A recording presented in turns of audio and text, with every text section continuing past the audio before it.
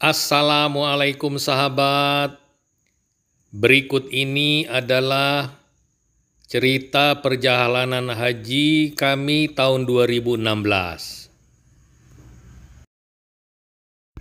Kami diinformasikan oleh adik pada tahun 2011 itu agar segera mendaftar haji, kata mereka.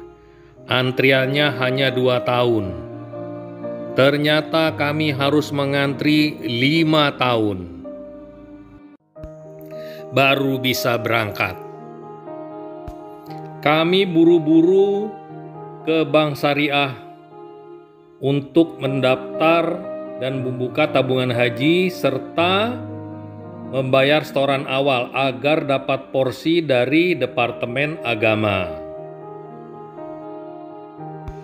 Mendapat porsi haji ini sangat penting.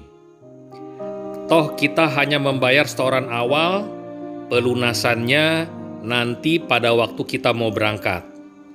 Kalau kita tunda-tunda setoran awal, maka nama kita tidak masuk dalam antrian calon jemaah haji di portal Departemen Agama. Antrian calon jemaah haji ini bisa menjadi lama karena pada saat yang bersamaan dari seluruh Indonesia orang-orang mendaftar dengan setoran awal. Sementara dalam penantian antrian calon jemaah haji ini kita bisa makin cepat kalau calon jemaah haji yang sudah mendaftar itu meninggal dunia atau menunda keberangkatannya karena sakit atau karena hal lainnya. Jadi sangat penting untuk pendaftaran untuk setoran awal agar dapat porsi haji. Kenapa antrian keberangkatan para calon jemaah haji bisa 10 tahun, 20 tahun, atau 30 tahun? Ada beberapa faktor. Pertama adalah kemampuan finansial kaum muslimin di Indonesia meningkat sehingga mereka ingin berangkat haji. Kedua, kesadaran kaum muslimin bahwa kalau mampu, wajib hukumnya berangkat haji. Ketiga, kuota yang diberikan pemerintah Arab Saudi tidak sebanding dengan minat orang Indonesia berangkat ke Tanah Suci Mekah. Jadi kesimpulannya, kalau punya uang untuk pendaftaran setoran minimal atau setoran awal, segera dilakukan. Karena kalau makin lama, berarti umur kita makin tua.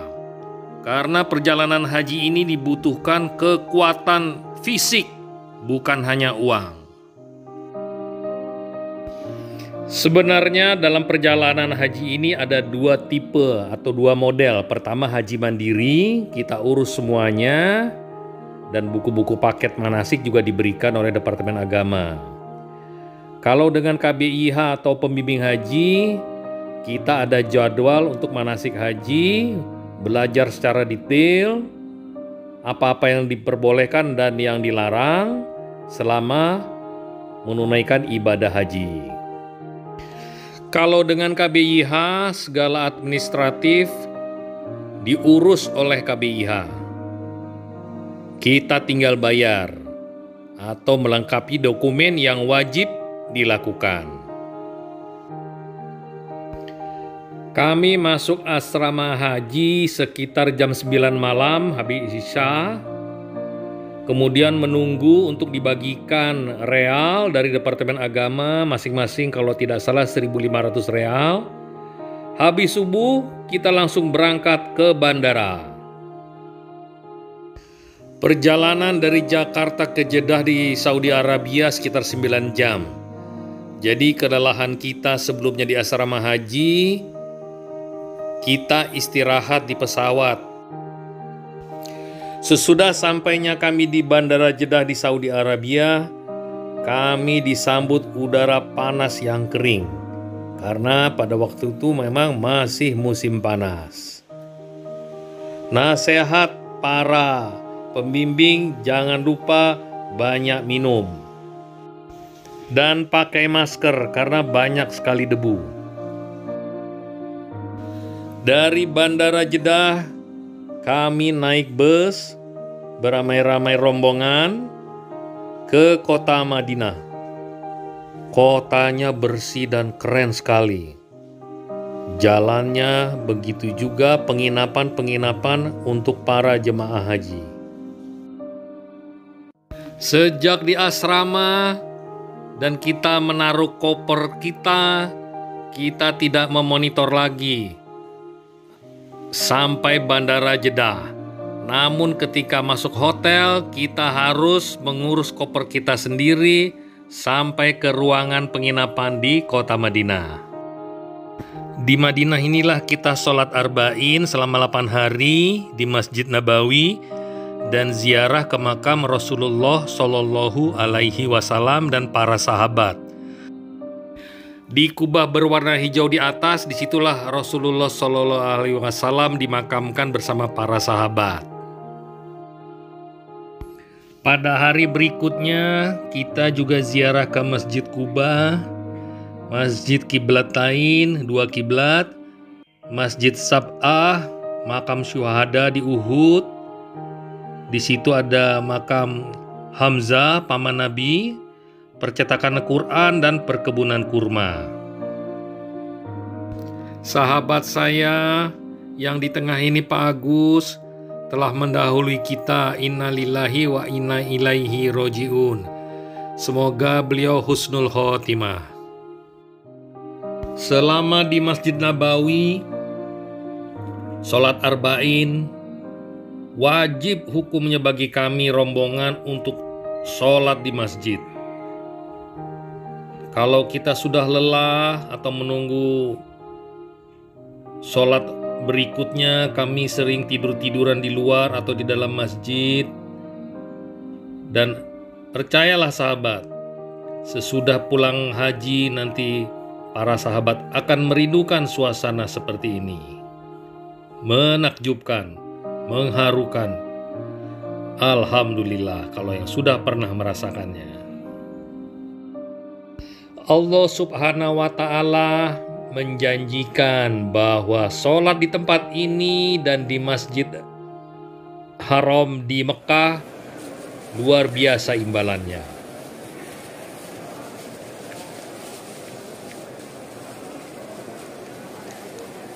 Orang berbondong-bondong ke Raudah makam Rasulullah Sallallahu Alaihi Wasallam. Keriuhan di video di atas karena Raudhah tempat makam Rasulullah dibuka, berbondong-bondong orang berziarah dan sholat. Saya pun bisa sholat di situ pada tengah malam, sekitar jam 12 malam dari hotel. Saya ke Raudhah dan bisa sholat di sana. Itu pun penuh sekali, luar biasa.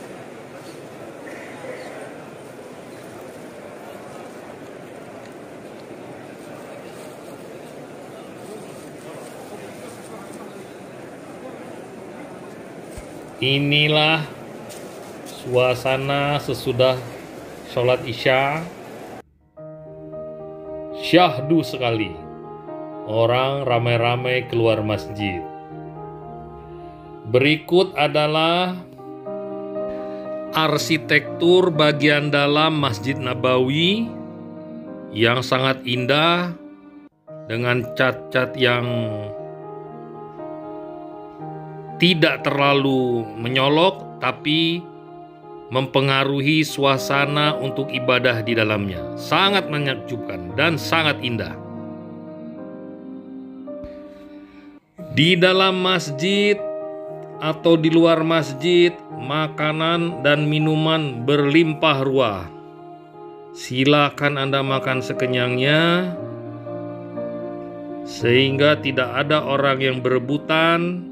Semuanya tertib, antri untuk mendapatkan makanan dan minuman. Yang justru antri adalah orang selalu berdesak-desakan untuk masuk ke dalam masjid. Kalau Anda terlambat, akan Anda dapat di pinggir atau di tempat yang kurang Anda sukai. Raudhah adalah makam Rasulullah Shallallahu Alaihi Wasallam beserta Abu Bakar Siddiq radhiyallahu an dan Umar bin Khattab radhiyallahu an. Sedangkan Siti Aisyah dimakamkan di makam Baqi. Sedangkan Ali bin Abi Thalib dimakamkan di Irak.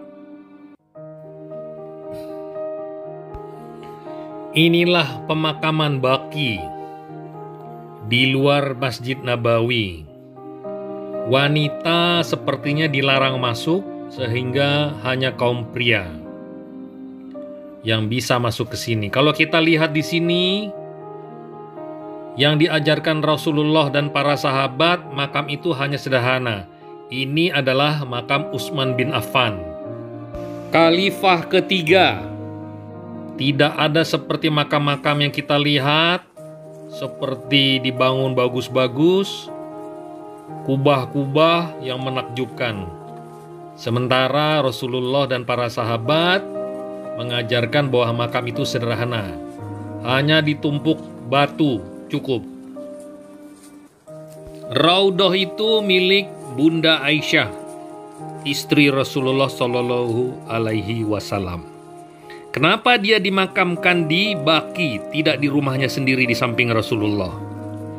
Menurut hadis, nanti menjelang hari kiamat, Nabi Isa alaihissalam akan turun ke bumi, membunuh Dajjal, menghancurkan salib-salib, dan membunuh babi. Dan beliau akan hidup 40 tahun, meninggalnya akan disolatkan oleh kaum muslimin. Seorang ustadz terkenal menginformasikan bahwa Nabi Isa alaihissalam akan dimakamkan di samping Rasulullah di Raudhah. Ini adalah Masjid Quba, masjid yang pertama kali dibangun Rasulullah Shallallahu Alaihi Wasallam. Ketika beliau hijrah dari Mekah mau ke Madinah. Sebelum masuk ke Madinah, beliau tinggal beberapa hari sambil menunggu Ali bin Abi Thalib radhiyallahu an. Ali bin Abi Thalib adalah khalifah keempat yang juga keponakan Rasulullah Shallallahu Alaihi Wasallam yang menikah dengan anak Rasulullah Shallallahu Alaihi Wasallam, yaitu Fatimah Az-Zahra. Masjid Qiblatain atau Masjid Dua Kiblat. Memang ada dua kiblat di masjid ini.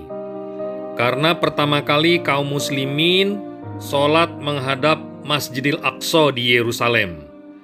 Kemudian Allah Subhanahu wa Ta'ala memerintahkan agar kaum muslimin sholat menghadap Masjidil Haram di Mekah, tepatnya menghadap Ka'bah.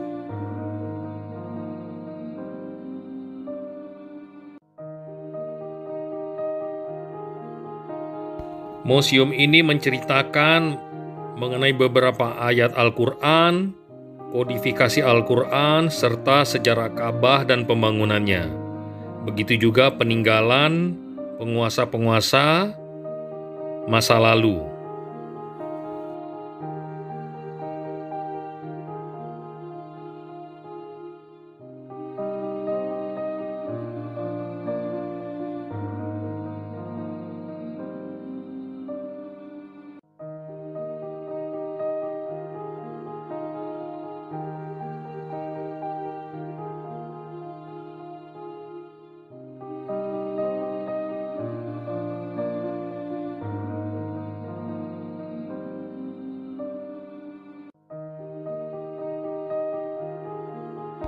Ini adalah tempat percetakan Al-Quran yang disebarkan ke seluruh dunia, termasuk yang dibagi-bagikan di Masjidil Nabawi dan Masjidil Haram.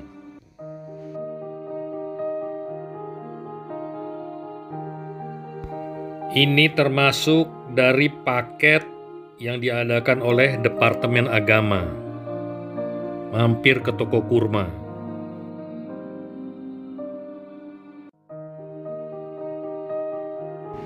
Jabal Uhud adalah tempat yang penting dalam sejarah Islam. Disinilah kekalahan kaum muslimin berperang dengan kaum Quraisy sebelumnya menang dalam perang Badar. Di sini pula lah paman Nabi Hamzah yang mempunyai julukan sang pemburu singa tewas, ditombak oleh pembunuh bayaran yang dibayar oleh Hindun, istri penguasa kaum Quraisy Abu Sufyan. Hindun dendam karena keluarganya ayahnya terbunuh oleh Hamzah pada perang Badar. Sehingga waktu tewas tertombak, Hamzah dibelah dadanya, dimakan jantungnya oleh Hindun. Kelak sesudah masuk Islam, Hindun akhirnya membela panji-panji Islam menjadi panglima perang wanita. Lama Rasulullah SAW tidak berbicara dengan Hindun walaupun dia sudah masuk Islam karena kekejamannya kepada paman Hamzah sebelumnya. Ini dia makam paman Nabi Hamzah, sangat sederhana.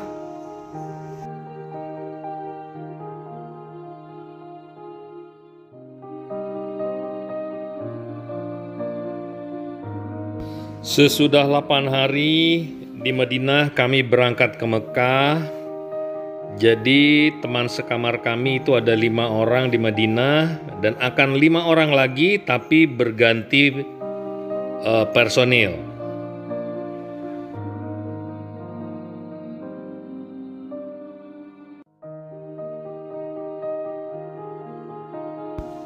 Nanti kami mampir di Bir Ali Mikot untuk memakai pakaian ihram sebelum sampai di Mekah.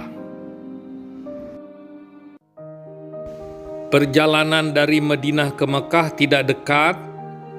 Menurut perkiraan saya waktu itu sekitar 400 km, yaitu jarak antara Jakarta dan Semarang. Namun karena jalan rayanya bagus, mulus, seperti jalan tol, tidak terasa perjalanan ke Mekah ini. Nanti sebelum masuk Mekah akan ada checkpoint di mana non-muslim tidak boleh memasuki kota Mekah. Saya membayangkan betapa beratnya Rasulullah Shallallahu Alaihi Wasallam ketika hijrah dari Mekah ke Madinah, meloloskan diri dari gua bersama sahabat dekatnya Abu Bakar As-Siddiq radhiyallahu an, berjalan di kegelapan malam atau di terik matahari menuju Madinah. Luar biasa berat.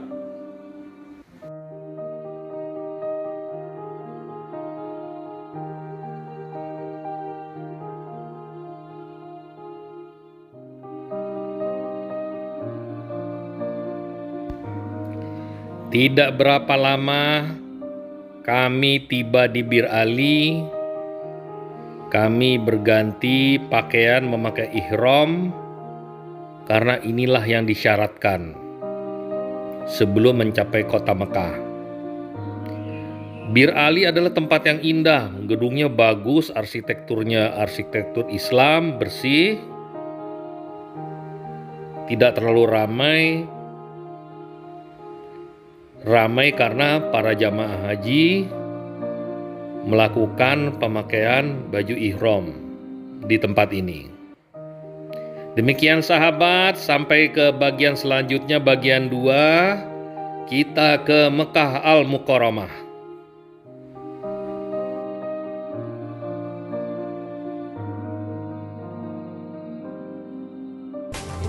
Banyak orang mengira bahwa ibadah haji ini atau ritualnya ini adalah karya Nabi besar Muhammad Sallallahu Alaihi Wasallam. Padahal ibadah haji ini adalah ritual yang sangat kuno, yang sudah terjadi ribuan tahun yang lalu, yaitu berawal dari Nabi Ibrahim alaihissalam. Ritual ke Ka'bah sudah ada dari zaman dahulu kala. Namun pada zaman Rasulullah Shallallahu Alaihi Wasallam melenceng jauh, karena di Ka'bah diletakkan patung-patung berhala dan orang-orang kafir Quraisy menyembahnya. Sejarah berawal ketika Nabi Ibrahim alaihissalam beserta istrinya yang sangat cantik, Sarah, pergi ke negeri Mesir. Jadi mereka dari Palestina pergi ke negeri Mesir. Sementara di Mesir berkuasa seorang raja yang mata keranjang, yang tidak boleh melihat wanita cantik. Sebelum masuk Mesir, Nabi Ibrahim diberitahukan oleh orang-orang di jalan bahwa kalau Sarah adalah istrinya, pasti dirampas oleh sang raja. Raja mendengar bahwa ada sepasang laki-laki dan perempuan masuk kota, dan raja memanggil Nabi Ibrahim alaihissalam beserta istrinya ke istana raja. Namun di situ Nabi Ibrahim alaihissalam tidak membilang atau menyatakan bahwa Sarah adalah istrinya, tapi adiknya, agar tidak dirampas. Walaupun Nabi Ibrahim sudah menginformasikan bahwa Sarah adalah adiknya, namun tetap saja sang raja berhasrat kepada Sarah dan mengajaknya ke dalam suatu ruangan dan berusaha memegang atau merayunya.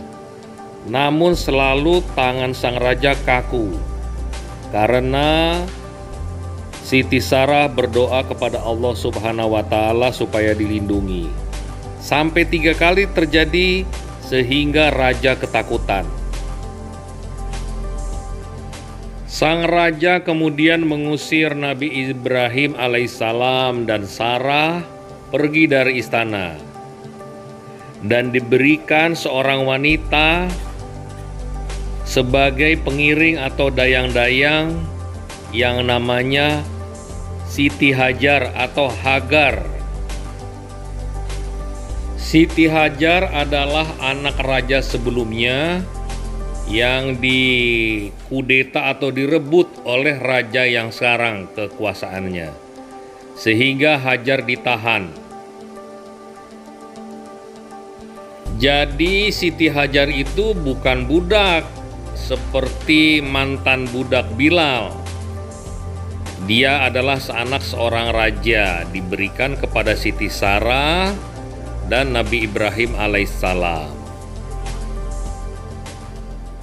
Kita sudah mulai memasuki kota Mekah dan kita akan menuju hotel di daerah Masbah Jin. Di kejauhan terlihat Zamzam Tower atau Tower Zamzam, karena lokasi hotel di radius sekitar 1,5 sampai 2 km dari Zamzam Tower. Sekembalinya ke Palestina, Sarah tidak juga memperoleh anak atau mempunyai anak. Akhirnya dia mengatakan kepada Nabi Ibrahim agar menikahi Siti Hajar atau Hagar. Kemudian lahirlah Nabi Ismail dari Siti Hajar, yang merupakan anak pertama Nabi Ibrahim alaihissalam. Walaupun Sarah seorang yang alim dan solehah, tetap saja dia cemburu sesudah kelahiran Nabi Ismail. Kemudian Allah Subhanahu wa Ta'ala memerintahkan Nabi Ibrahim alaihissalam membawa Siti Hajar dan anaknya Nabi Ismail alaihissalam ke padang tandus yang jauh dari Palestina yang dikenal sebagai Mekah saat ini. Sebelum Nabi Ibrahim berangkat meninggalkan Siti Hajar dan Nabi Ismail alaihissalam di padang tandus, Siti Hajar bertanya, "Apakah ini perintah Allah ya Ibrahim?" "Ya," katanya. Ketika Nabi Ismail alaihissalam menangis karena kehausan, tidak ada air di situ, maka Siti Hajar lari pontang-panting dari Bukit Safa ke Bukit Marwah. Inilah ritual yang kemudian menjadi salah satu rukun haji, yaitu sa'i. Tidak lama kemudian di dekat kaki Nabi Ismail keluarlah air seperti mata air yang dikenal sebagai sumur Zam-Zam pada saat ini. Sesudah agak besar Nabi Ismail, kemudian datang lagi Nabi Ibrahim alaihissalam dari Palestina. Keduanya diperintahkan Allah untuk membangun Ka'bah yang hancur pada waktu banjir besar pada zaman Nabi Nuh. Untuk menguji keimanan Nabi Ibrahim alaihissalam, Allah subhanahu wa ta'ala memerintahkan Nabi Ibrahim alaihissalam untuk menyembelih Nabi Ismail alaihissalam. Dan di situ pula digoda oleh syaitan yang kemudian dilempar batu.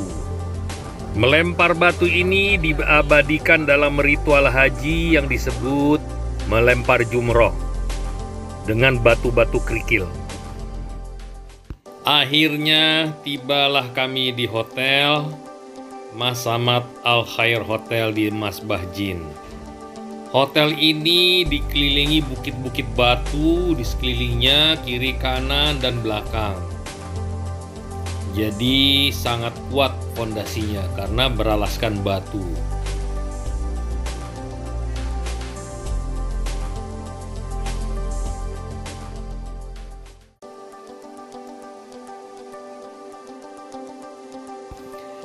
Interior hotel juga bagus, sahabat. Ini adalah lobi. Kami sempat berfoto pada kedatangan. Walaupun telah ada juga masjid di paling atas untuk para jamaah. Di sini para jamaah menjemur di railing-railing tangga karena malas untuk ke puncak hotel. Padahal di sana ada jemurannya. Ini adalah kamar baik sekali untuk 4 orang. Ini makanannya bermutu baik dan rasanya enak juga. Kami sangat beruntung, di depan hotel juga ada masjid.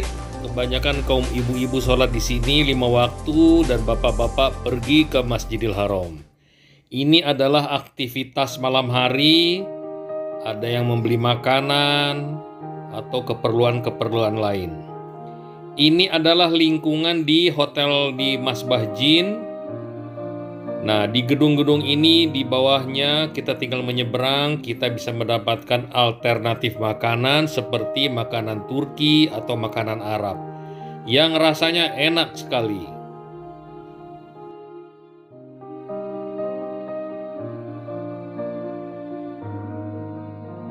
Di pagi hari, banyak sekali orang Indonesia yang sudah menetap di Arab Saudi menjual makanan sehari-hari, kacang hijau, nasi kuning, segala macam. Dan juga untuk oleh-oleh, campur baur penjual dari orang Arab maupun orang Indonesia yang sudah lama menetap di Arab Saudi. Jadi kalau kita sudah bosan dengan catering haji, kita bisa beli makanan di sini. Sangat mengesankan dan ini menjadi rebutan para jamaah haji.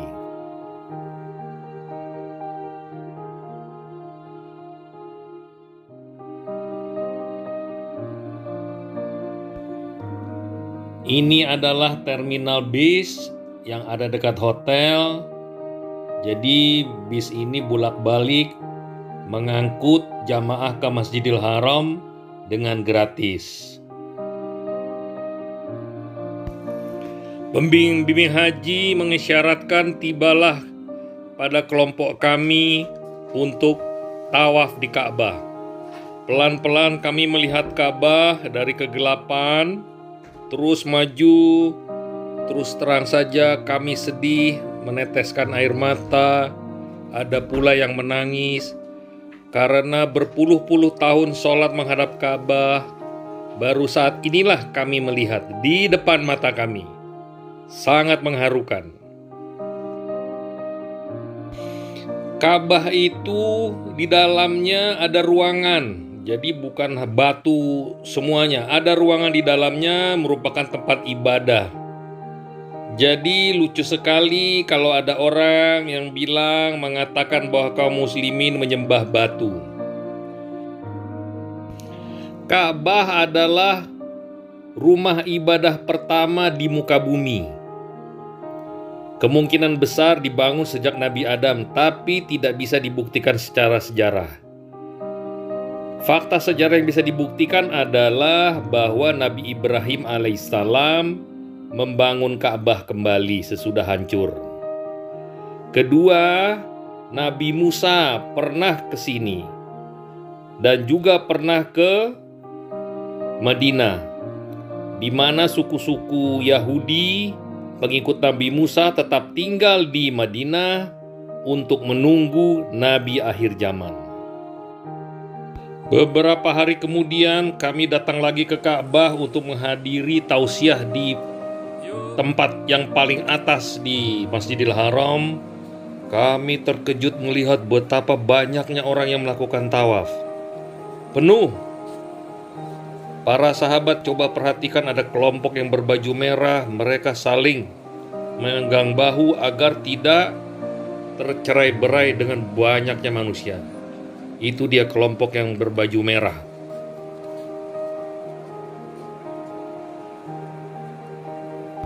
Selanjutnya kami melakukan sya'i, lari-lari kecil dari Bukit Safa dan Marwah.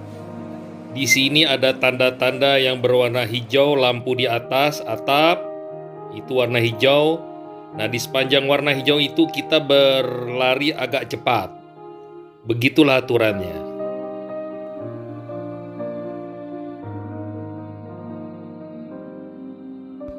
Jadi para sahabat tidak perlu cemas, apabila capek kita bisa beristirahat dan ada air minum di tengah-tengahnya.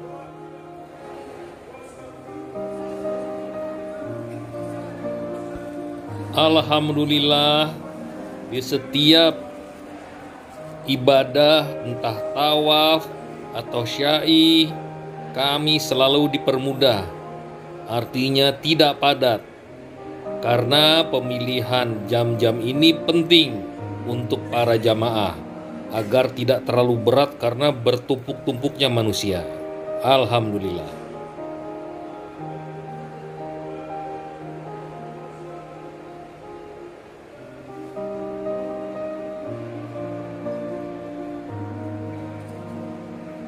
Jadi para sahabat tidak perlu khawatir, walaupun di luar ini panas karena musim panas, tapi di dalam ini dingin sekali dengan AC yang sangat kuat. Kalau sudah sya'i dan menggunting rambut, selesailah sudah yang dinamakan ibadah umroh, tapi belum haji.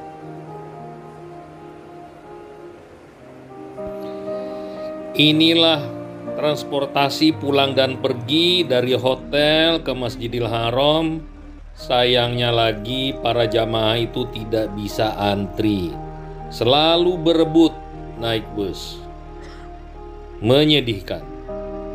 Jadi kita harus sabar saja menunggu sepi daripada berdesak-desakan seperti ini.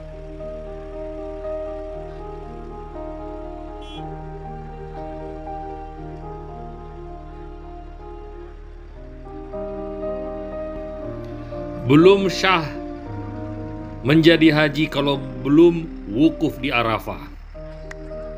Jadi Walaupun kita sakit pakai kursi roda atau pakai tempat tidur rumah sakit, kalau masih bernapas dan bisa bergerak, diupayakan wukuf di Arafah. Inilah puncaknya haji. Tidak syah hajinya kalau tidak wukuf di Arafah. Luar biasa.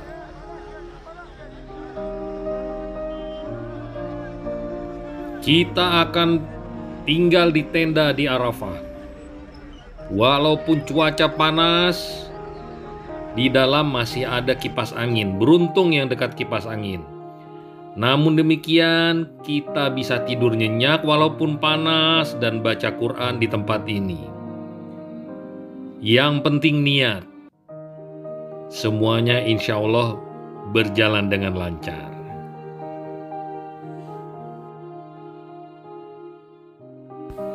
Selanjutnya kita mabit atau bermalam di Musdalifah. Jadi sehabis maghrib kita sudah datang dan nanti pagi-pagi sekali kita akan berangkat. Di sini kita mengumpulkan kerikil untuk ibadah selanjutnya, melempar jumroh.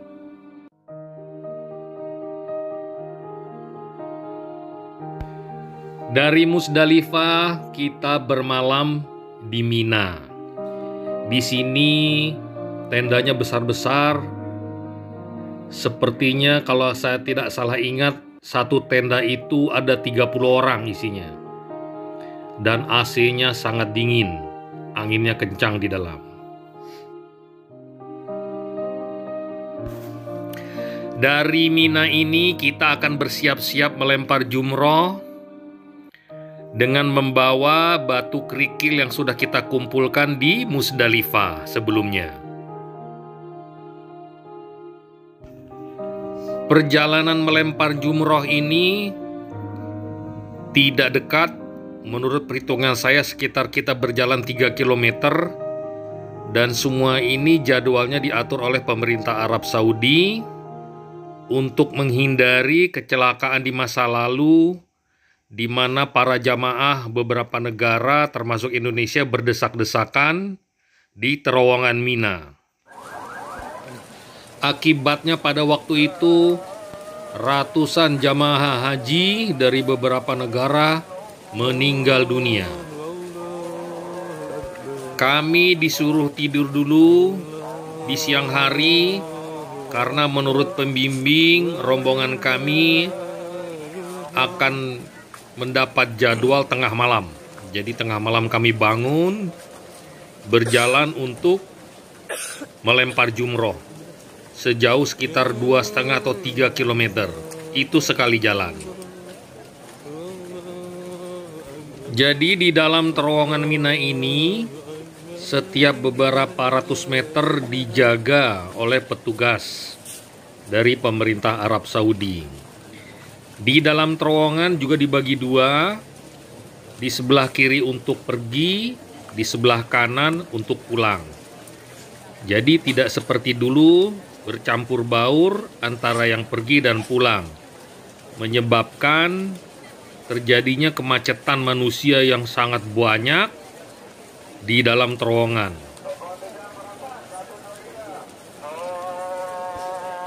Kalau kami mendapat kabar kalau orang berangkat haji zaman dahulu, banyak sekali jamaah haji yang meninggal kalau melempar jumroh karena berdesak-desakan dan terinjak-injak. Sekarang sepertinya untuk melempar batu atau melempar jumroh bertingkat-tingkat. Jadi ada di tingkat 1 atau 2 atau 3. Jadi tidak berkumpul di satu tingkat saja. Ini inovasi yang bagus agar para jamaah aman.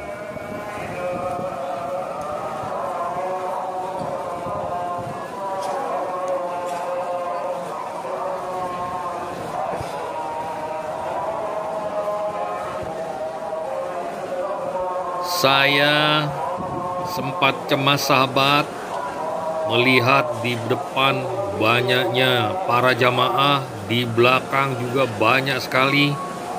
bagaimana nanti kita melempar batu, melempar jumroh. Apakah ada tempat atau berdesak-desakan?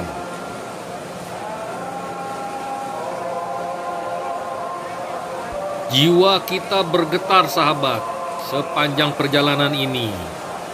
Karena doa-doa yang diteriakkan oleh para jamaah dan juga takbir menggema di dalam terowongan yang tertutup ini. Sehingga jalan sepanjang hampir 3 km tidak terasa. Di dalam terowongan juga tersedia eskalator datar. Apabila kita lelah, kita bisa masuk eskalator dan dia akan bergerak.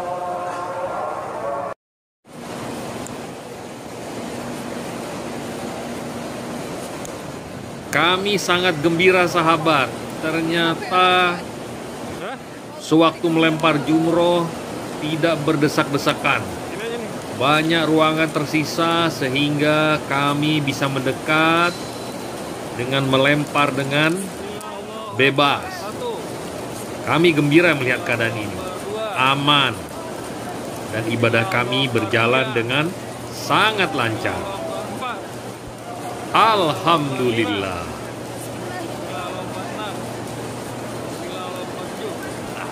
Inilah bukti sehingga korban tidak berjatuhan, yaitu menepati jadwal yang sudah ditetapkan oleh otoritas Haji Saudi Arabia, sehingga semua aman, sukses melaksanakan ibadahnya dengan selamat.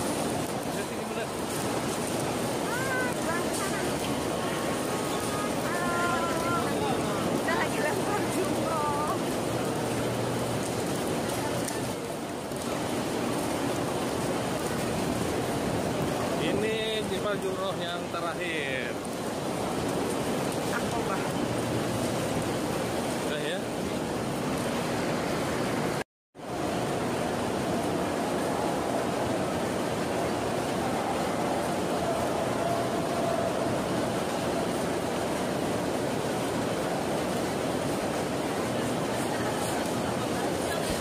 Terlihat di sini kita jumroh Aqobah yang terakhir, tempatnya luas sekali, memuat ribuan orang, namun karena jadwal yang tertata dengan baik, banyak sekali ruangan, sehingga semuanya bisa lancar.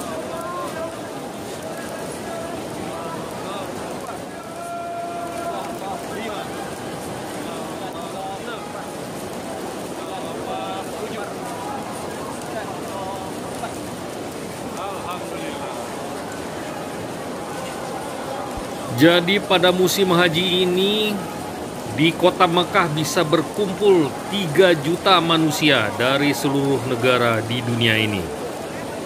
Jadi pengelolaan yang baik dengan mengutamakan keselamatan dan keamanan ibadah adalah yang paling penting. Karena banyak sekali manusia di sini.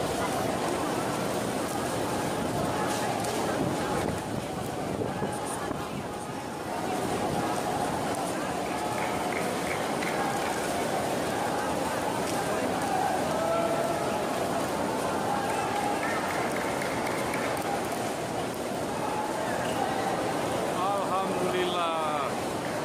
Kembali sini. Selesai. Untuk melempar jumroh. Alhamdulillah. Ini adalah Jabal Rahmah. Kita mengikuti tur tempat Nabi Adam alaihissalam beserta Siti Hawa turun dan bertemu di sini untuk menjadi khalifah di bumi.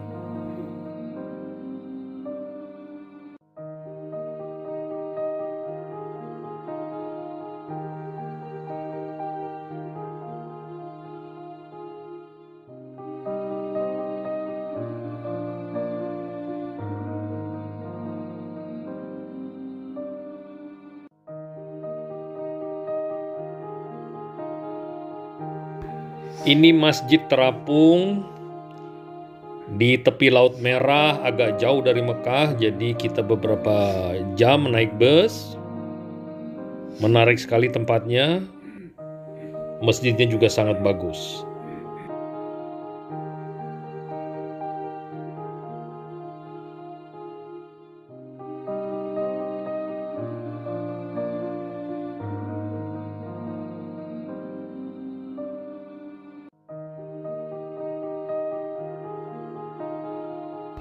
Ini Museum Rasulullah Shallallahu Alaihi Wasallam.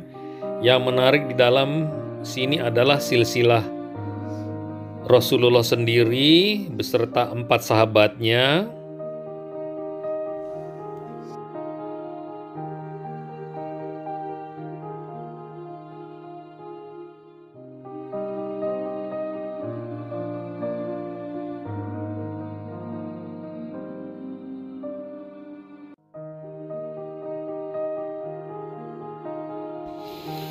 Ini adalah peternakan unta, binatang yang tahan di gurun pasir.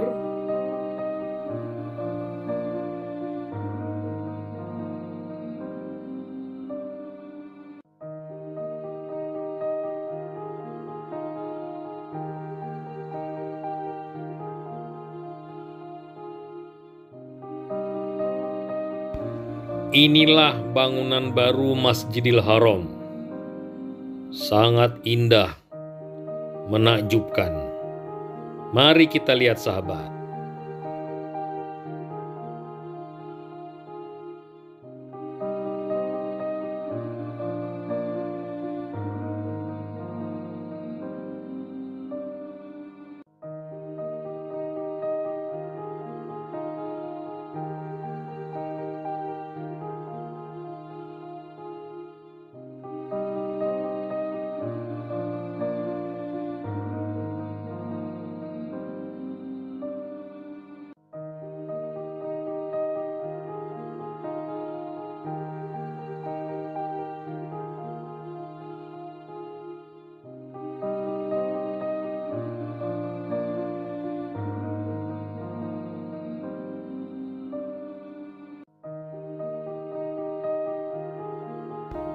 Suatu pagi sehabis subuh kami menghadiri untuk mendengar ceramah Pak Profesor di tempat paling atas di Masjidil Haram.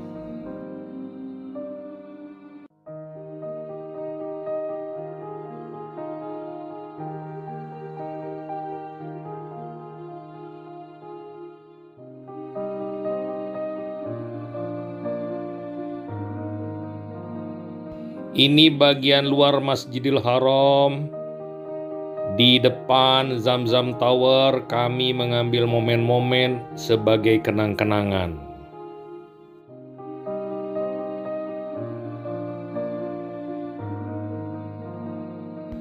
Foto-foto ini adalah sesudah kita selesai tuntas menunaikan ibadah haji. Ada yang membeli oleh-oleh kalau duitnya masih ada atau sekedar jalan-jalan.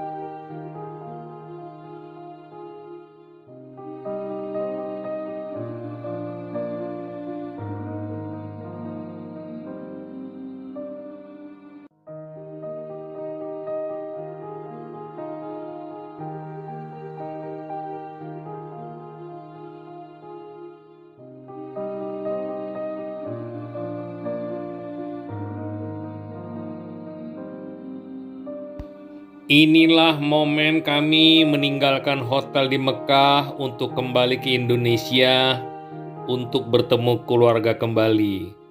Namun beberapa orang mengingatkan bahwa kita akan kangen kembali ke sini. Ternyata itu benar. Sesudah pulang ke Indonesia, kami kangen sekali kembali melihat Ka'bah. rumah Allah.